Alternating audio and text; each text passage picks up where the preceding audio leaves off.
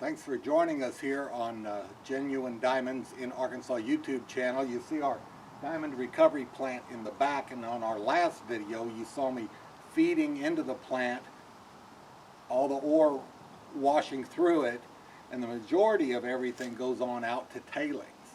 But I want to show you what we did keep from that sample that we ran. There are 4 of these 1-foot square boxes, and this is the heart of the plant. Everything washes down. That lower trommel sorts according to size, and this is the coarser material. It is the 1/8 inch to 1/4 inch size gravel, and it jigged across here first, and it's all bouncing up and down, and it feeds this direction, and the heavy material drops to the bottom, and then this bar keeps the heavy materials trapped in the bottom there. Well, what jigs and washes over the top gets caught there, and then it gets caught there, and then your heavies, your denser material, see, goes to the bottom, and the lighter material goes to the top and is constantly flushing off. Well, after it leaves this 1-foot square box, it goes on to the next 1-foot square box. They're in line, and the same action is repeated. And so all the heavies should be trapped in these boxes, and only the light material wash off and go on to tailings. So what I've done is I dumped everything into this old wash tub that was in this. So actually I have 3 of these squares in here, and the 4th one here. We're going to put these all in here and wash through it in a minute. But I wanted to explain, I clean these screens out because sometimes they get blinded with little rocks, and I want to get all the little rocks out of there because the diamond could be stuck in there, and I want to unblind my screen. So I just run that, and most people would cringe, oh, you're going to ruin your screens, but these are real thick stainless steel screens, and no, it doesn't ruin it by cleaning it like that. So this one's clean, and I can put it out of the way. What I think will jig first is this finer material. So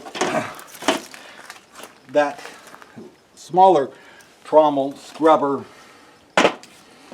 lets the fine material go through first, and then the coarser material goes through the other way. But we've got a bunch of fine material here, and I'm going to put it in this Pleitz jig. And I want to show you how this Pleitz jig works. We're pumping water from our pond near here. This is the same water we use for the diamond recovery plant. And now we've got water running in, and it fills this vat. And let me turn this on. You can see the action. See that jig is going up and down, and that traps the heavy materials in the bottom of it. And everything, all the lighter materials, will waterfall over the top of this and go into the vat, and we'll dump the vat and get rid of that. So right now we're going to concentrate all of our heavies. So I dump it in here, and I clean the square out real good.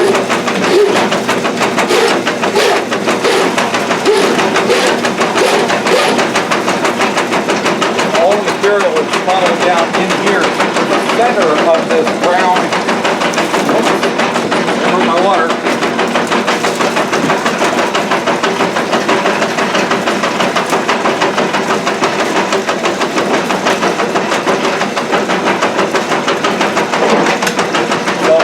That out, so any diamond that's in there is now washed down in there. It's all jigging together. Pretty soon, as the water and the material continues to go in, this is going to overflow this vat. It's higher on 3 sides than it is on this side, so pretty soon the water is going to waterfall over here, and I don't want to get soaking wet because it is the end of January. So by doing it like that, the water, the hose never falls out except for the camera. So, the water will run on down and not get me soaking wet. So I'm going to put some of this other material in.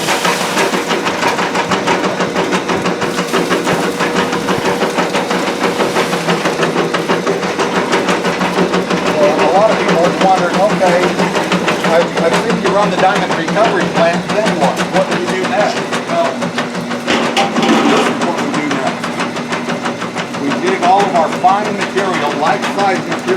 together. So this is all the heavies that the diamond recovery plant has. I'm going to wash these screens out, clean them out real good, unblind the screens.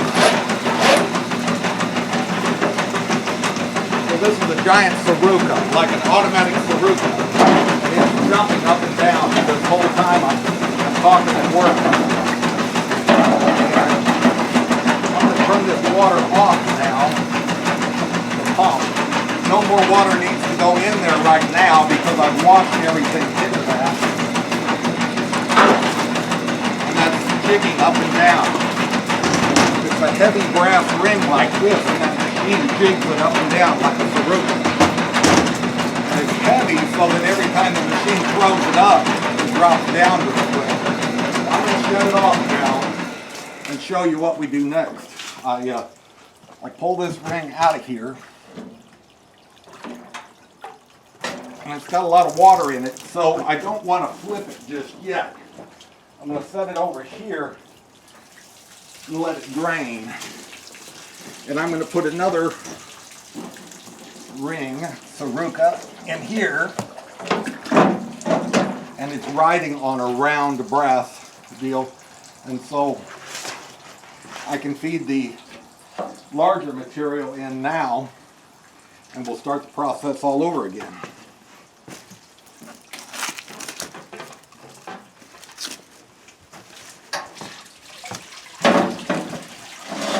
So I'll turn the Pleitz jig back on.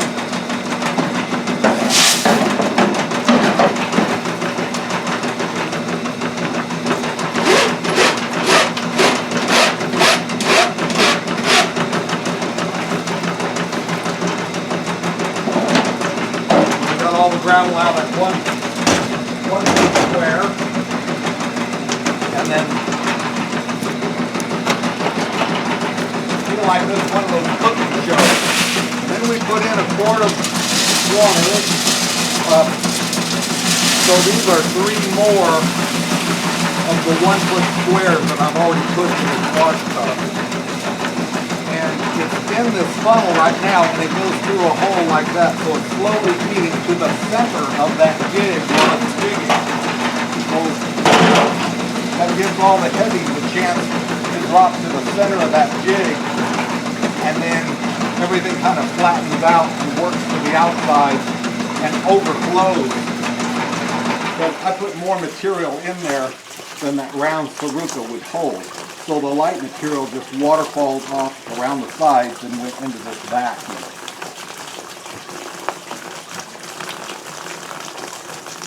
This has had a chance to drain now. So I take one of these round boards and I put on here, and then I don't want this Saruka pie to break. So I flip it like that, and I just set it down on here to dry.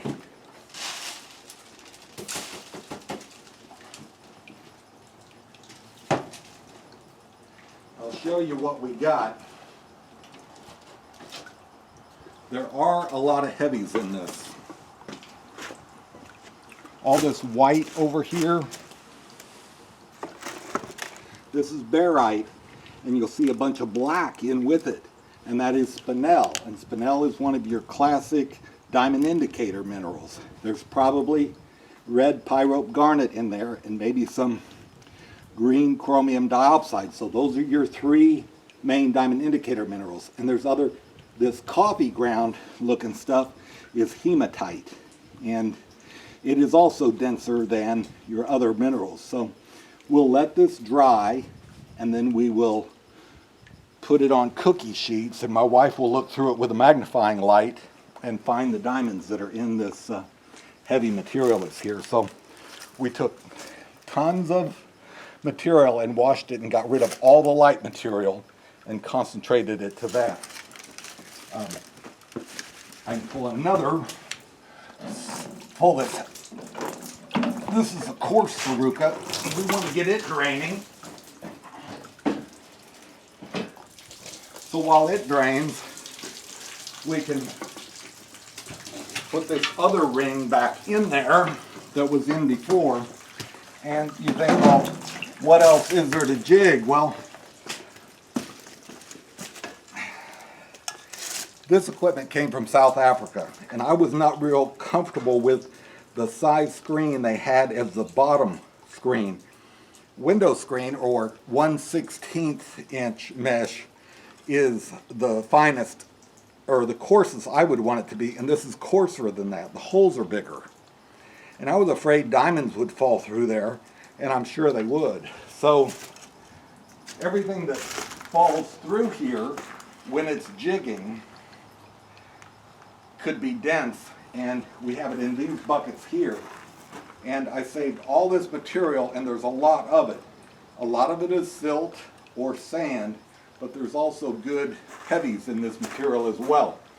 So I kind of modified the diamond recovery plant that came from South Africa, and instead of discarding all the stuff that falls through here and just calling it silt, I've saved it because I've got a jig I could run and find diamonds in it. So now I feed this in here, and so we've got a real fine screen on that, much finer than that. This is probably 20 mesh or finer, and it's stainless steel in this. So I'm going to turn it on while this is draining and jig through several buckets of this. It'll hold about 5 buckets. So I want to go ahead and wash these through, and then I'll show you what this will produce. And this is what we've been throwing away, the way the process used to be.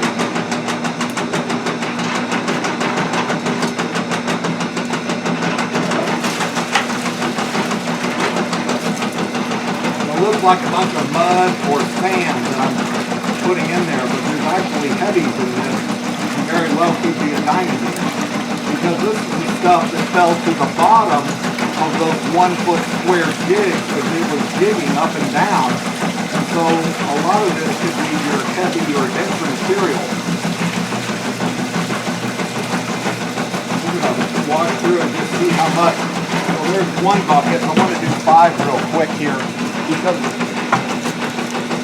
when you do 5, it pretty well fills this back, and then I need to dump that. So yeah, I'm putting a lot more material in than that ring will hold. It doesn't matter, because the light material, water falls over the side, and it only catches the dense material. None of the dense minerals will get away from it. They will all be kept. But this is a great way to get rid of the sand and the silt. The stuff that's not dense.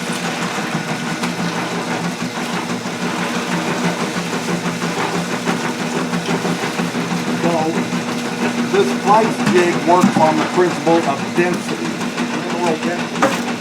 Just like the rubber tire jig on the big plant, it works on the mineral density.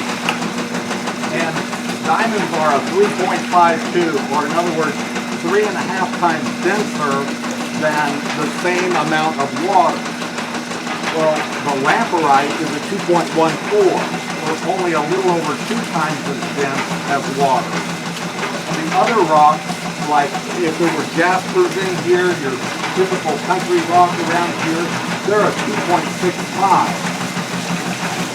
But your other diamond indicator minerals, like the blood red pyrope garnet and the shiny black lustrous spinel, they're also about a 3.5. So just like diamonds, they are 3.5 times denser than water.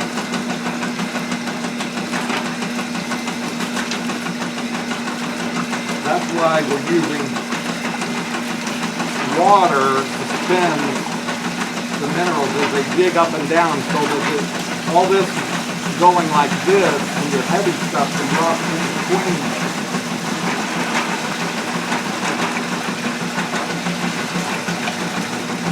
See how quickly this Pleitz jig will handle a 5-gallon bucket of material.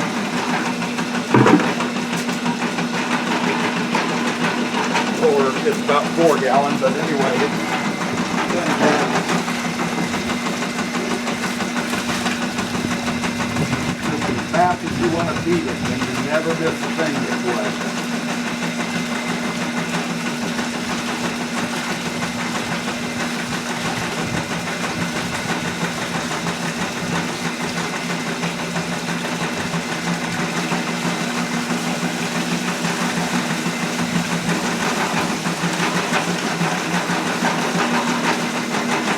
Reach in here and feel, oh yeah, we're pretty well full of silt in our vat, so I'm not going to feed any more in. And that's probably big enough that all the heavies would be to the bottom of that big heavy Saruka. See how the water overflows here? Well, it's time to drain this big vat, and I'll just undo it here, and hopefully it'll all go out real easily. Yeah. Sometimes it's flooded with mud, and we have to run the water hose up there. Now all the water and the mud is getting away, and I'm going to set this over here. I'll flip this Saruka in just a moment, but I'll get it out of the way and get this other one to draining. This is our real fine.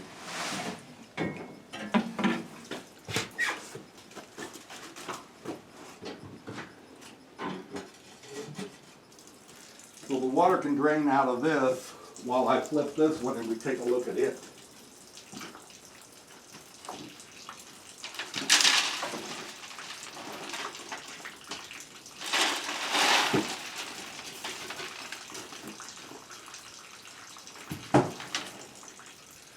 There are more heavies in the fine material than in this coarse material, but you can see there are good heavies in this as well.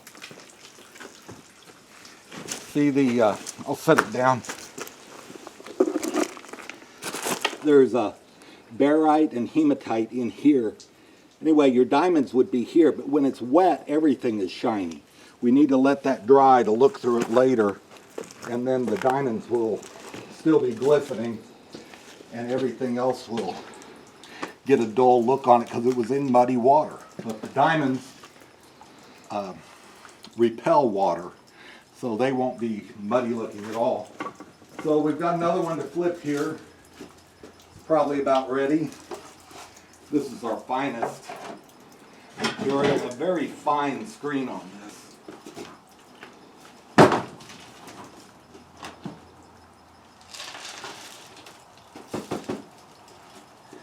See, you almost, it's such a fine screen, you almost can't see the daylight through it.